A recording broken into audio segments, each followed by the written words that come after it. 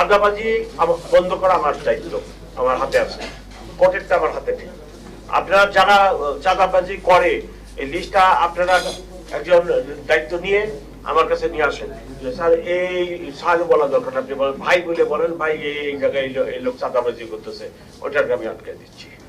কোনো চাঁদাবাজি হবে না, কোনো চাঁদাবাজি হবে না। শ্রমিককে কষ্টার্জিত অর্থ থেকে আপনি খাবেন, এইটা হবে না। আর আমার পুলিশ যদি এই ধরনের কাজে চাঁদাবাজি বা ভাগ খায়, ওটা আমি জবাই দেবো, একদম জবাই দেবো স্টেট।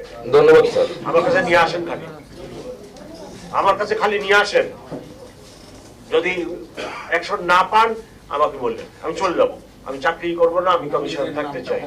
এলো ভিশন মুশকিল আসান অফার। যে কোনো ব্র্যান্ডের পুরনো ফ্রিজ নিয়ে চলে আসুন ভিশন শোরুমে আর নিয়ে যান নতুন ভিশন ফ্রিজ 20% পর্যন্ত ছাড়। আপনারা খালি নিয়ে আসবেন, ঘটনা হবে থানায় আপনারা যাবেন আর ওসি সাহেব তাল বাহানা করে মামলা দিবে না, এটা আই ডোন্ট অ্যাকসেপ্ট। এই হুকুম দেওয়া আছে, মামলার যোগ্য যদি কোনো ঘটনা হয়ে থাকে আর সেই মামলা যদি ওসি না নাই, আমার নোটিশে আনেন, ওসিকে সাসপেন্ড করে দেবো 1 মিনিটে।